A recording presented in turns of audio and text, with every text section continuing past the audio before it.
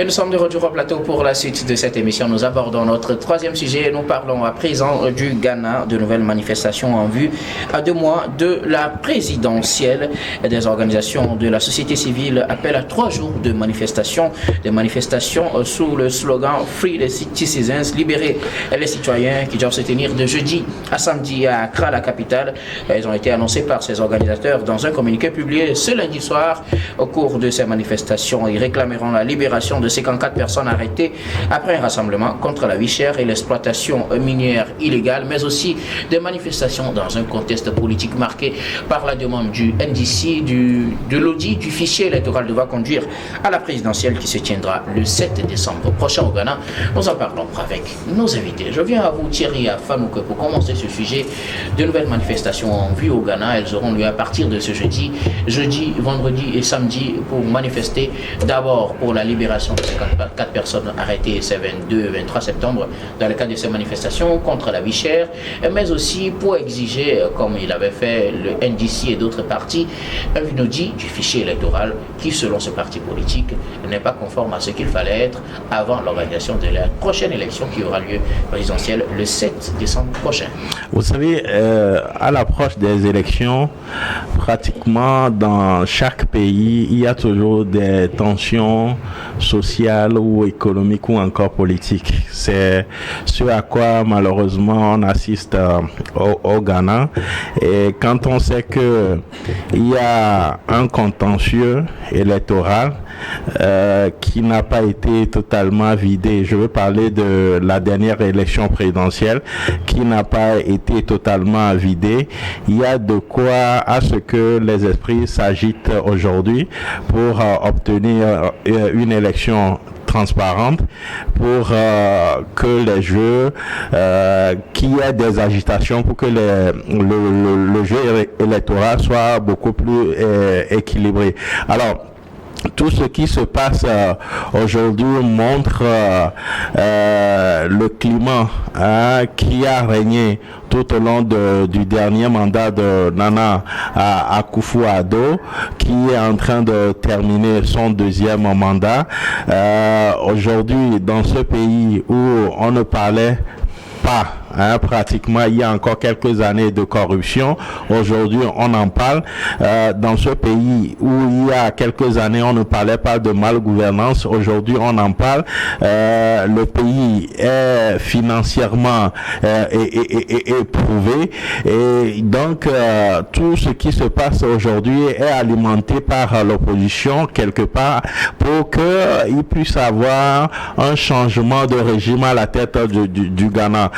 Vous n'êtes pas sans savoir que dans cette nouvelle compétition qui alimente cela. Oui. Quand on manifeste contre la vie chère, est-ce que c'est l'opposition qui Même si ce n'est pas l'opposition, ça profite à l'opposition. Donc j'ai dit que l'opposition alimente tout ce qui se passe aujourd'hui, puisque la manifestation était organisée pour réclamer de meilleures conditions de vie. Oui. Et aujourd'hui on ajoute un autre aspect, c'est le fichier électoral, qu'on puisse auditer le fichier électoral. Est-ce que ceux qui réclament une meilleure vie ont besoin forcément qu'on puisse auditer le fichier électoral? Je dis non. Donc il y a la politique qui est là partout, et ce qui se présente aujourd'hui, vous allez voir que dans les jours à venir, si ces manifestations continuent, c'est les revendications politiques qui vont prendre finalement le dessus, et tout cela pour faire balayer le régime actuel, puisque le vice-président de Nana Akufo-Addo est également candidat pour les nouvelles élections présidentielles. Donc je dis ceci, ce n'est pas propre aux pays africains, comme je l'ai dit au tout début. À chaque fois quand il y a des élections, il y a toujours de cette tension là pour amener les électeurs à se décider, à prendre position pour un cas un camp ou un autre. Donc c'est de bonne guerre ce qui se passe aujourd'hui au Ghana, mais le plus important c'est que ce pays-là puisse arriver encore à sauver sa démocratie, parce que c'est l'une des démocraties dont on est fier sur le continent. Il faudrait que le processus puisse aller jusqu'au bout, et personnellement je ne comprends pas pourquoi la commission électorale s'oppose à ce qu'on puisse auditer le fichier électoral, puisque bien évidemment il y a eu des décès, il y a eu des déplacements, donc il y a de quoi à ce que on puisse travailler sur le fichier électoral pour qu'on puisse savoir exactement ceux qui seront appelés en décembre prochain pour les urnes. Sans Alors, quoi la commission électorale estime que pour faire ces révisions, on n'a pas besoin de faire un audit externe pour auditer tout le fichier, que là où il y a des doublons, la commission va travailler à enlever ces doublons, là où il y a des déplacements, on va rectifier cela, là où il y a des cas de décès, on va les corriger. On n'a pas besoin forcément d'un audit pour le faire. Mais Guillaume, vous êtes d'accord avec moi? Au tout début de ma prise de parole, je disais que il y a un contentieux électoral qui n'a pas été totalement vidé. Donc, comme quoi, il y a une crise entre les acteurs. Et du moment où il y a crise, il faudrait que les uns et les yeux puissent avoir leurs yeux dans ce qui va se passer par rapport à l'audit de l'élection, puisque c'est le fichier électoral qui détermine en fait le vote, en ce sens que voilà. Donc, il faudrait que puisqu'il y a des suspicions, même aux États-Unis aujourd'hui, avec Donald Trump qui estime que on l'a volé, si même en Occident on estime qu'on a volé des élections, voilà, c'est pas au Ghana que il y aura pas ces suspicions là-dedans. Il y a de quoi pour que on puisse mettre les Ghanéens en confiance. Il faudrait que la commission électorale puisse accéder à cette demande-là, à cette requête de l'opposition, pour que les choses puissent aller normalement. Maintenant, concernant la vie chère dans le pays, je crois que le pays a toujours pris des mesures pour alléger les choses, mais jusqu'à présent, le pays est confronté à des situations, il y a l'inflation, est confronté à des situations économiques difficiles. À cette crise-là aussi, je crois qu'il y a une crise minière où la population estime que l'exploitation de certaines mines pollue les eaux des rivières et autres là et des nappes phréatiques qu'elle utilise. Donc il faudrait que le pouvoir puisse faire la part de choses et que les esprits soient véritablement apaisés avant qu'on puisse arriver en décembre et pour parler d'élections présidentielles dans ce pays. C'est très important pour le Ghana et je crois qu'on doit accompagner ce pays là et à discuter, à dialoguer pour que la sérénité puisse revenir avant qu'il n'aille aux urnes. Merci beaucoup.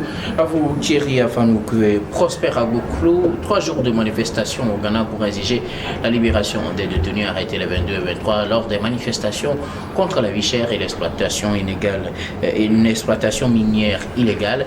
Également, occasion pour les hommes politiques de demander aussi l'audit du fichier électoral, surtout le NDC, le parti de l'ancien président qui est toujours candidat à la prochaine présidentielle.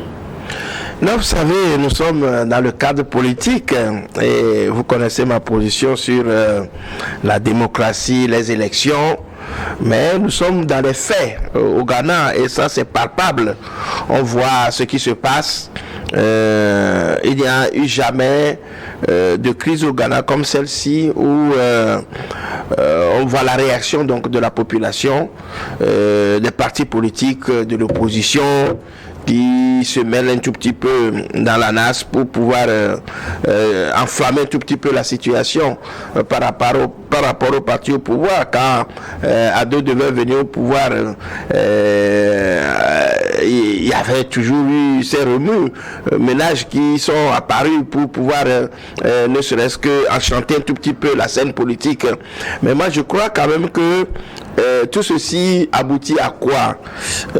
À beaucoup de plaisanteries, parce que en politique, dès qu'on veut le siège, le pouvoir, il faut créer un certain nombre donc de de mésentente, régler un certain nombre donc je dirais plutôt créer un certain nombre donc de problèmes c'est l'opposition, du moins ceux qui veulent avoir le pouvoir au Ghana, qui crée la vie chère, c'est eux qui créent qui peut-être crée les conditions d'exploitation des ressources minières. C'est ce que je dis, c'est-à-dire que la petite bête quand on veut arriver au pouvoir, oui, qui crée ces situations. C'est-à-dire que au-delà donc de tout ce que vous venez de citer, ce ne sont que qu'on appelle des sujets d'actualité qui viennent. Je crois quand même que partout ailleurs dans le monde, la récession économique, la pauvreté, on n'a pas toujours en Afrique. Ce n'est pas pour la première fois que ça apparaît au Ghana. De quelqu'un. Oui, non, l'opposition ou du pouvoir. Oui, c'est ce que je dis. Donc, ce sont des faits qui sont là, qui sont naturels la plupart du temps, même dans les pays dits développés, on parle toujours quand même de ces problèmes-là. Donc, c'est pourquoi je dis, on tient pour agent comptant ces situations-là pour créer la tension. Vous voyez à peu près. Ne me dites pas que bon, celui-là qui viendra, lui, il a la potion magique pour venir régler tous les problèmes. Il y en aura toujours. C'est pourquoi je dis, ce sont des faits qui sont déjà là, qu'on connaît. Oui, on peut accuser le président ghanéen Ado de ne pas pouvoir assainir l'économie du Ghana. Oui, ça c'est des failles. En politique, on en trouve toujours partout dans le monde entier. Même les pays occidentaux ont des problèmes aujourd'hui. Donc, à cause de leur participation à la guerre en Russie, tout ça là est là. Maintenant, si ces gens-là prennent ceci, que gagne la population vraiment dans tout ceci? Le fait donc la population gagne la libération des détenus en premier. Bon, quand les détenus sortent, c'est un aspect. Mais là, réellement, est-ce que ça change quelque chose réellement, comme on appelle, au panier de la ménagère? C'est ça, c'est-à-dire que c'est les pauvres qui sont toujours abrutis plutôt. Ils manifestaient plutôt contre la vie chère, ils demandaient l'allègement. L'allègement, oui, je vous dis, docteur Guillaume, pour la petite anecdote, depuis que moi, ma position a changé par rapport à ces crises politiques, je crois que il y a eu des faits. En 93, moi-même j'en ai été victime au Togo, j'ai conclu que la politique c'est un jeu pour les politiciens. La population est tout simplement utilisée pour engranger des bénéfices à faveur de ces politiciens. Alors clairement, vous pensez que ce qui se passe au Ghana quand on manifeste pour réclamer de meilleures conditions de vie, pour réclamer par exemple la réévaluation de l'argent ou plutôt que l'argent soit accessible à tout le monde, qu'on mette de bonnes conditions concernant l'exploitation des ressources et que les ressources soient bien distribuées pour que les Ghanéens tous en profitent, vous pensez que c'est au profit plutôt des hommes politiques? C'est toujours au profit des hommes politiques. C'est-à-dire que quand ces hommes politiques arrivent, Mahama a déjà dirigé le Ghana. Bien sûr. Il a déjà dirigé le Ghana. Son bilan, on avait à l'époque, il a fait un mandat. C'est la même population qui n'a pas voulu le reconduire. Vous voyez à peu près, donc c'est dit qu'on est dans une contradiction. C'est de la manipulation parce qu'on est là, on veut quelque chose, on passe par les moyens pour, par exemple, vilipender celui qui est au pouvoir et permettre à ce que l'on ait, comme on appelle, accès au pouvoir. Et quand Mahama viendra, si c'est lui qui gagne, après, vous allez voir les mêmes problèmes, les situations continuent. Donc c'est pourquoi moi, cette question de démocratie, d'élection, tout ça là, passe pour moi, je dis pas. Je vous le reconnais. Merci en tout cas au Prosper Agoclou. Louis Kamako, de nouvelles manifestations annoncées au Ghana, excusez-moi, manifestations qui auront lieu du jeudi à samedi pour dénoncer l'arrestation de 54 manifestants. Ils ont été arrêtés en fin de semaine dernière, ou du moins les 22 et 23 septembre. Ils manifestaient contre la vie chère et l'exploitation illégale des ressources. Occasion également pour les partis politiques de s'inviter dans la danse et surtout le NDC qui avait demandé un audit du fichier électoral et qui avait organisé des manifestations monstres au Ghana. Oui, ça veut dire tout simplement que la crise se généralise au Ghana, c'est-à-dire que tout est parti de la revendication de l'opposition selon laquelle il faut justement revoir le fichier électoral. Ce fichier électoral qui a été jugé à un moment donné fichu et corrompu par les partis d'opposition, mais aujourd'hui, on voit que d'autres revendications sont venues greffer aux revendications habituelles.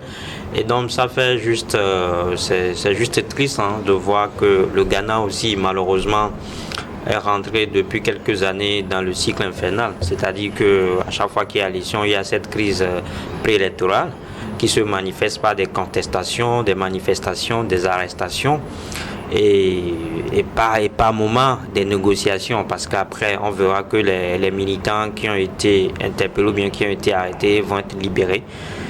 Et donc c'est ça malheureusement, ça veut dire qu'aujourd'hui le Ghana n'est plus cité en matière de, quand on parle de modèle en démocratie, en matière de démocratie, parce que c'est des principes, c'est des faits justement qui entrent dans la concrétisation, ce qu'on peut appeler la démocratie. Et quand vous ne l'avez pas, donc souffrez que on vous traite d'État antidémocratique. Et tout ça aujourd'hui... Est-ce que parce que les gens manifestent pour réclamer de meilleures conditions de vie, ça fait du Ghana un État antidémocratique? Non, mais ce n'est pas parce qu'ils ont manifesté, mais comment est-ce que le pouvoir en face réagit face à ces manifestations?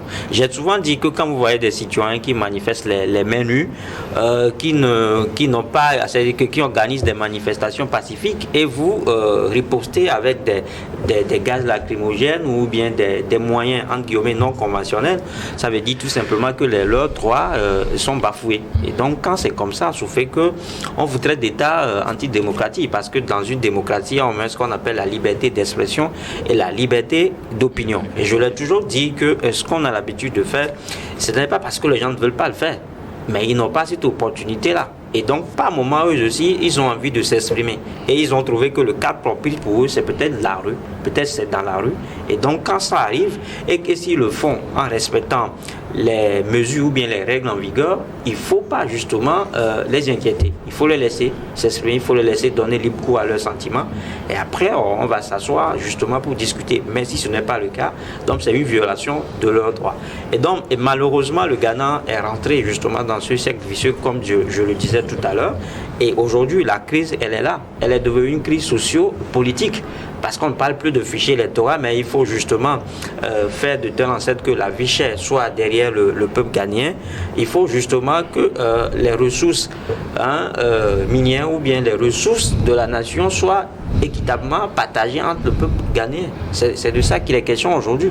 Parce que quand vous voyez avec la panoplie de revendications, la vie chère, la corruption, aujourd'hui le Ghana, c'est un mauvais exemple en matière de lutte contre la corruption dans la sous-région.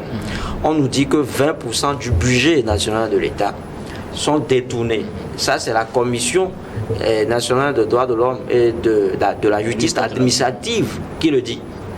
Ça veut dire que c'est un mal également qui gangrène ce pays-là, et que si on veut justement avoir un État démocratique qui justement prend en main son secteur économique, on doit tout faire pour lutter contre la corruption.